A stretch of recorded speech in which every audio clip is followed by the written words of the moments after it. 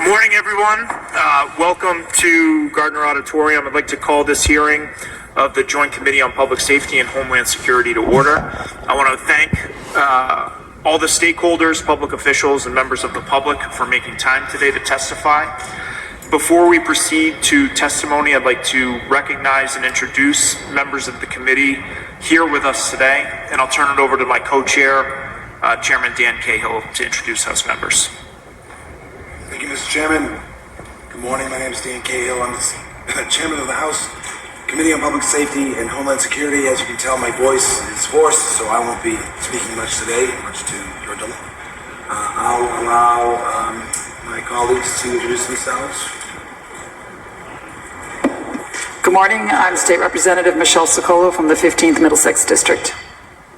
Good morning. I'm Amy Sangiolo from the 11th Middlesex District. Good morning, Omar Gomez, 2nd Hampshire, East Hampton, Halley, South Halley, and Granby. Good morning, my name is Stephen Exaros. I come from the 5th Barnstable District on Cape Cod. Rep. Ken Sweezy, 6th Plymouth. Good morning, Richard Wells, 7th Norfolk District. Thank you very much, and I also want to recognize Senator Fernandez, who is joining us virtually. Just to lay out some ground rules, we want to be respectful of everybody's time, and we have a number of testifiers here today.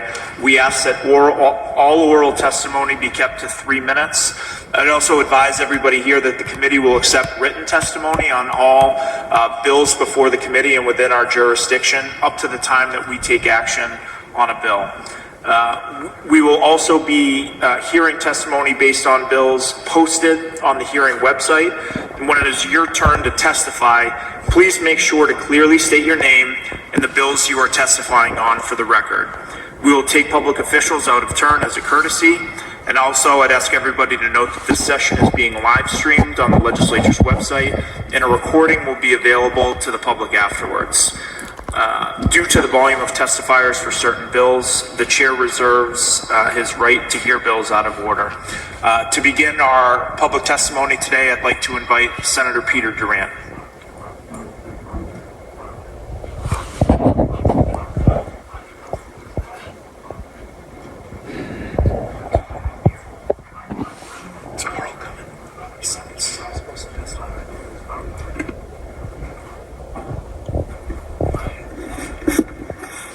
Thank you, Chairman Cronin, Chairman Cahill, for this opportunity to speak before the committee. Thank you to the members of the committee. When Governor Healy signed into law Chapter 135 of the Acts of 2024, she signed a sweeping piece of legislation that represented one of the most significant infringements on the right of law-abiding gun owners that we've seen in Massachusetts in decades. In response, I filed a number of bills, S-1671, 1672, 1673, 74, 76, and 77.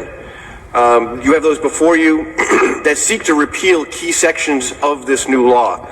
Each of these measures is designed to address areas where Chapter 135 overstepped, where it placed new burdens on responsible citizens rather than addressing the true drivers of crime and violence.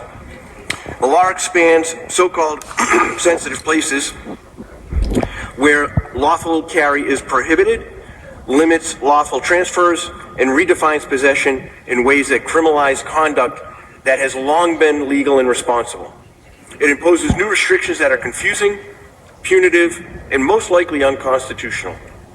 The result is a law that is so broad and unclear that in some instances, law-abiding citizens are turned into criminals overnight. Not because they've done anything wrong, but because the goalposts have been moved by their own government. That kind of uncertainty is unacceptable in our society today. But let me be clear. We all share the goal of keeping our communities safe. But public safety cannot come at the expense of constitutional rights. You do not make our neighborhoods safer by targeting people who follow the law. You do it by holding accountable those who break it.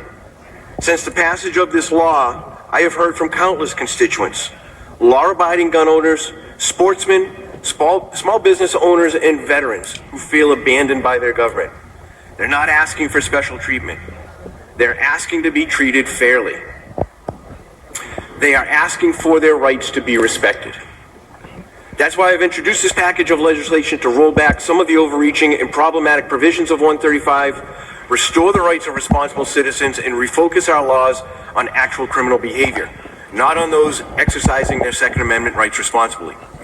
I understand these bills face a monumental challenge, but it's our duty as legislators to ensure that the laws we pass respect both the safety and the freedoms of the people that we represent. I urge the committee to give these bills your full and fair consideration and to send a message that in Massachusetts we can uphold public safety without undermining constitutional liberty. Thank you, chairs, for your time, and I ask that these bills be passed favorably. Thank you very much, Senator. Any questions from the committee? Seeing none, thank you very much for your testimony. I'd now like to invite Representative Ken Sweezy to testify on a number of bills.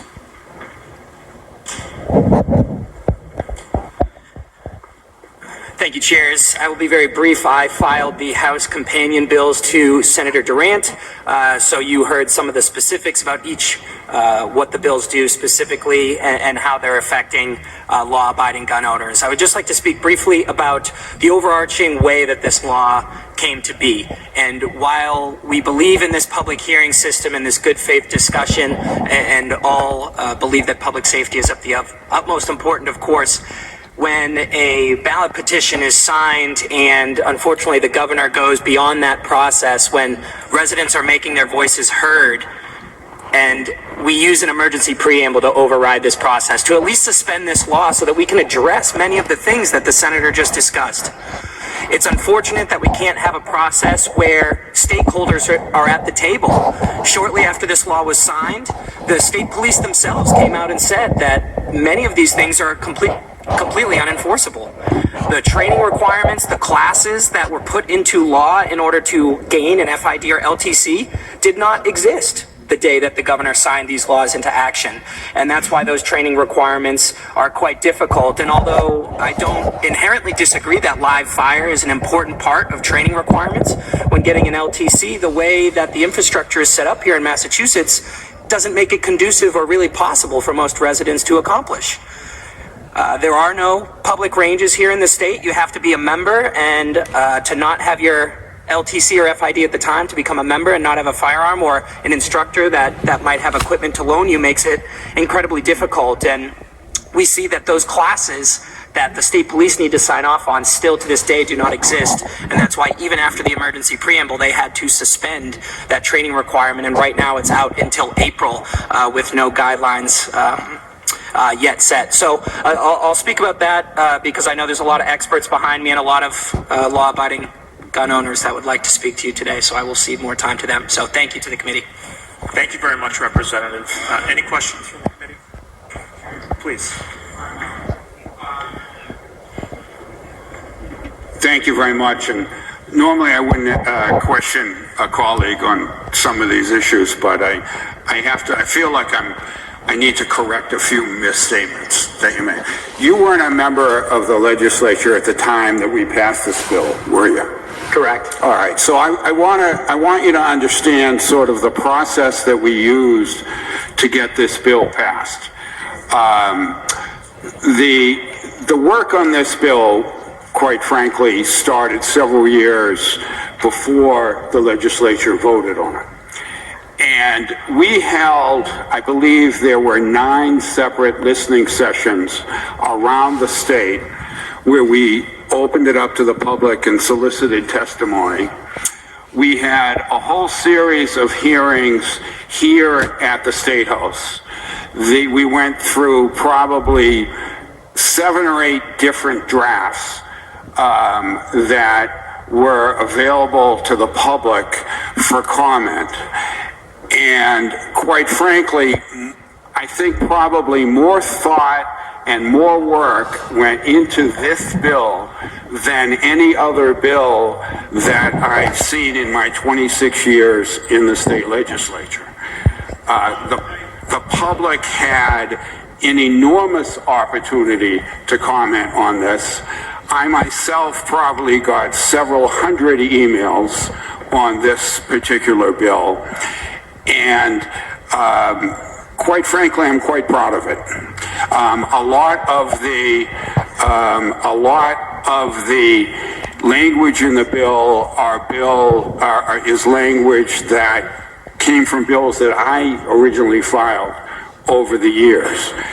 And I understand some of your concerns, though, you know, the one that you just mentioned about the live fire not being ready for prime time. And so as a result of that, we in this legislature have actually delayed the implementation of that until the gun clubs and the training and the specifics are available.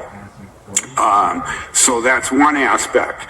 But I just want you to think in context of a couple of things in this, okay?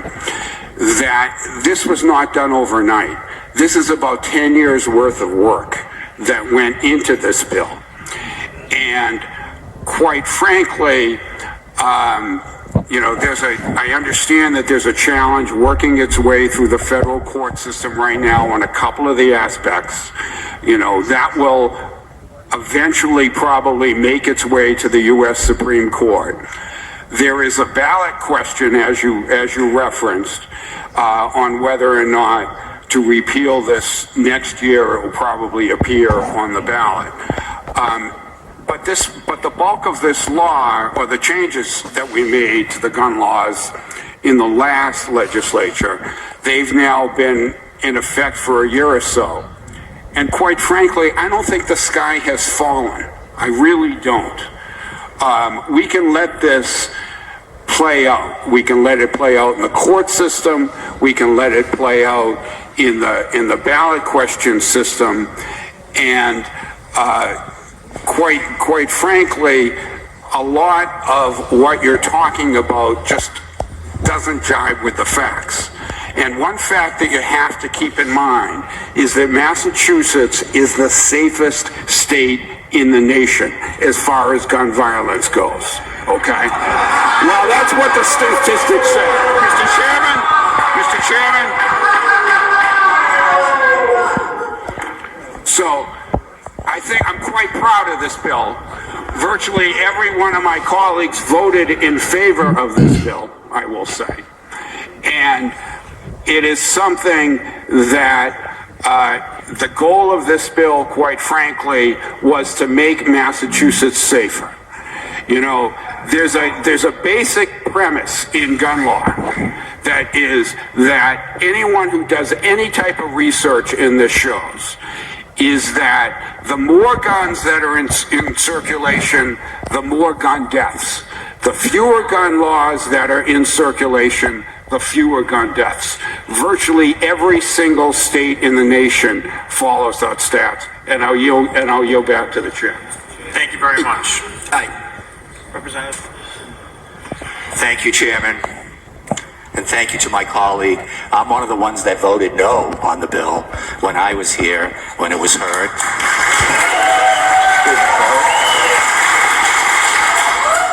And because you raised the point, you're new. Yep. Why did you say what you said? What's your background that gave you the basis of knowledge to say what you said? Yeah, thank you. So, you know, in my district, we have 3 sportsmen's clubs. I'm very proud to represent the members of those clubs and the clubs themselves on Beacon Hill. I grew up going with members and learning how to shoot at the Hanson Rod and Gun Club, and am now a member at Old Colony. I went on to work in law enforcement for 4 years, where I saw the effects of illegal guns, and I can't think in my 4 years I touched about 500 homicide cases, and can't think of a single case off the top of my head where a legally had gun was used in a crime that didn't have a previous record of another violent act. So when this law criminalizes those lawful gun owners, it has no bearing on the reality of the ground. Massachusetts was already the safest state 2 years ago, so Chapter 135 has not changed that fact, and I appreciate the representative's history and education lesson, and I just question, you know, if this is a law that took 10 years and some of the best work that this body can do, I really question the totality of the work our body's doing at times. Thank you, Representative. Thank you, Chair. Thank you. Thank you. Senator Durant. Thank you, Mr. Chair. I certainly appreciate my good friend from Nate. We've had these debates before around the state, and I think it's important to remember this is a bill that took a long time. But I think what bothers me the most is for a bill that's so well thought out, that took so long to do and so long to get right, that we had to suspend so many pieces of it because it wasn't ready for prime time. That we had to get to a point where it was really questionable about how we would enforce some of the provisions of it. So we decided, well, we're going to have to suspend this. We'll have to wait. We'll have to do different things. So I would argue that I think my good friend from the Cape made a very good point, or you did, Rep, that if this was the best we could do, then I question what this body puts forward. I think it's important that we understand that this is a fundamental constitutional right, and we need to err on the side of caution. We need to err on the side of prudence, and to make sure that our state is safe. As you stated, Representative, we have a very safe state, and these provisions weren't needed. And when we ask who's been made a criminal overnight, without getting into the details of a case, we had in my district, we had a gentleman who was arrested because he traversed the state with a legally owned firearm from a resident of another state, and has spent over 100 days in jail simply for possessing that. I've had countless people call and email from out of state who didn't understand, how can I come into state to hunt? Is it possible? What do I have to do? So very confusing as we've kind of gone forward with this bill, and I think that if this is the best we can do, then we really need to do a lot better. And it's prudent for us to step back. It's prudent for us to make sure that we got this right, which we just haven't done. Thank you, Mr. Chairman. Thank you very much. We are nearly 20 minutes into this hearing right now, and I just would remind all my colleagues, we have the opportunity every week to debate each other on the floor. The purpose of this testimony is to hear from the public, and we're looking forward to hearing for all your voices. So I want to keep this moving, but Representative, I'm very grateful for your testimony. Thank you. I'd like to invite our first panel, Toby Leary, John Malwini, Antonio Miles, and Brittany Gursky, to testify in H2618 and S1671.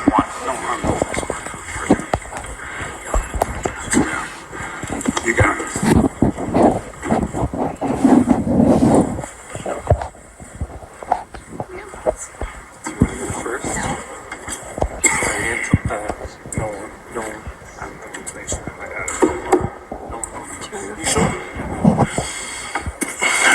Good morning, everybody. I'm not Antonio Miles. I'm filling in for Nolan Howard. I am the chapter president of the National African American Gun Association. I am a former resident in Framingham, but now I'm a current resident of Suffolk County. So for chapter 135, I can personally say, as a firearm instructor as well, this is an abomination. It's on my civil rights on the behalf of all the African American communities. For people who don't live in Boston, Representative Linsky, you say personally that we are the safest state in Massachusetts when there was a shooting about 3-4 weeks ago on Hiawatha Street in Mattapan, where I live in Walk Hill. So how are we the safest state in Massachusetts when that bullet could have hit my 3-year-old son? How is it? How are we safe? How is that going to stop the criminals who define the laws, and I have to go through loophole the legal way, but now my rights are being chastised, and that I could be a prisoner next year? How is that going to solve this problem? Does anybody live in Boston here? Can anybody come with that? Sir, this is a hearing, not a debate. We will hear testimony, but we will not engage in debate. It's a hearing, but at the same time, from my perspective, when I'm dealing with this, this is an abomination for me and to my counterparts here. So how is this going to save anything? How is this going to work? How? And I'm not trying to debate. I'm just asking a question. You all say it's going to be safe. Sir, we ask questions if we have questions for the panelists. We're here to listen to testimony for all of the people who are here to testify. I know I can speak for everybody here because you don't live in Boston. I mean, clearly it's just gonna be piggyback off me. And I'm not trying to cause a debate, but I mean, the facts is the facts. How are you gonna say this law is gonna be safest, but I got bullets flying over my house? I'm done. You want me to go? This thing is intimidating. All right. I'm Brittany Gursky. I live in Leicester, Massachusetts, here with the Civil Rights Coalition. Thank you for the time to speak today. I joined the Civil Rights Coalition as it organically formed during the petition drive to repeal Chapter 135 of the Acts of 2024. To be honest, it was the first thing to ever move me to take action and educate myself more on what was going on around me, and most importantly, the state I live in. I felt a full-blown attack on my rights. To give my personal story, I've always wanted to learn how to shoot, but for most of my life, I've been waiting for someone to show me how and potentially take me hunting. During the COVID lockdown, I realized that might never happen. So what did I do next? I went to Mass Wildlife and signed up for Hunter's Ed, and with the completion of that, I took my LTC course. I then continued to sign up for every class I possibly could fit into my schedule. The 2A community is full of some of the nicest, most supportive people I've ever met in my life. So while making new friends and learning new skills, a huge obstacle could be seen approaching. That obstacle was Chapter 135. All of a sudden, with the stroke of a pen, I can't purchase a semi-automatic shotgun that this law wouldn't, I couldn't purchase a semi-auto shotgun, but they said that this law wouldn't affect responsible gun owners. As a semi-auto shotgun is highly recommended for women hunters to help with recoil. Then I found out the pepper spray I gave to my teenagers to protect themselves, I now had to take back, lock up, and get them an FID card and some kind of permit that isn't even known by the people who wrote this bill. My own father had to skip deer season because he suddenly needed an LTC versus FID, even though he's been legally hunting deer with an FID his whole life. So just like that, my father wasn't able to put food in the freezer, my children are out of the most basic level of self-protection, and I can't purchase the firearm I intended to use to provide food for my family. As the suggested solution is, you can borrow a gun. But that limits me to 7 days, and after that, I must register the transaction. Most hunting seasons, however, run a minimum of 2 weeks, and most families are hungry 365 days a year. This alone is an unfair restriction that makes me wonder how it's helping to control criminals. As far as I can see, it's only helping control and keep food from making it to my table. As a mother, I want to protect and provide for my children. Chapter 135 restricts me of that, which is my constitutional right.